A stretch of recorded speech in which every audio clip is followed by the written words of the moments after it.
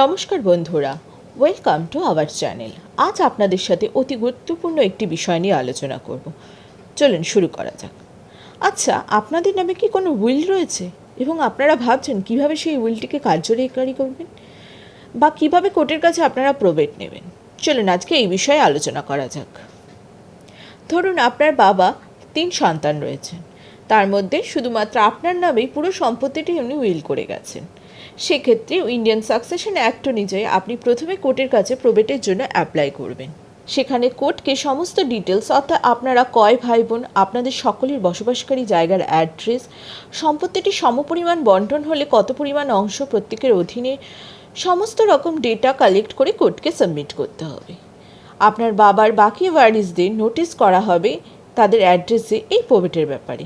সেক্ষেত্রে তারা যদি সেই উইলটির কোনো রকম সন্দেহ প্রকাশ করে, তারা মনে করেন যে তারা এই উইলের মাধ্যমে ডিপ্রাইভ হচ্ছে, তবে সেটা তারা কোর্টকে জানাতে পারে।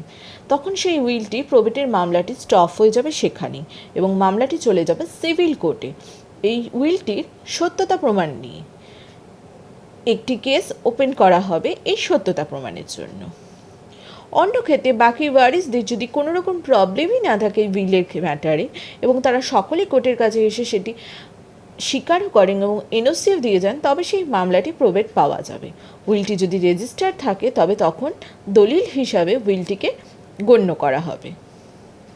আর কেউ যদি মনে করেন যে সে নতুন করে নিজের নামে ডিড তৈরি করবে, তবে সেক্ষেত্রে তাকে নতুন করে স্ট্যাম্প ডিউটি এবং রেজিস্ট্রেশন ফিজও দিতে হবে। নয়তো নিজস্ব BLLRO অফিসে গিয়ে আপনাদের সেই রেজিস্টার্ড উইলটিকে ডিড হিসেবে গণ্য করতে হবে এবং প্রবেটের কপিটি সেখানে জমা দিয়ে সম্পত্তিটা নিজ নামে নথিভুক্ত করা হবে। আশা করছি এই ভিডিওর মাধ্যমে আপনাদের এই বিষয়ের ডাউটসগুলো ক্লিয়ার হয়েছে এবং এই বিষয়ে যদি কোনো রকম প্রশ্ন আপনাদের থাকে অবশ্যই কমেন্ট বক্সে জানাবেন।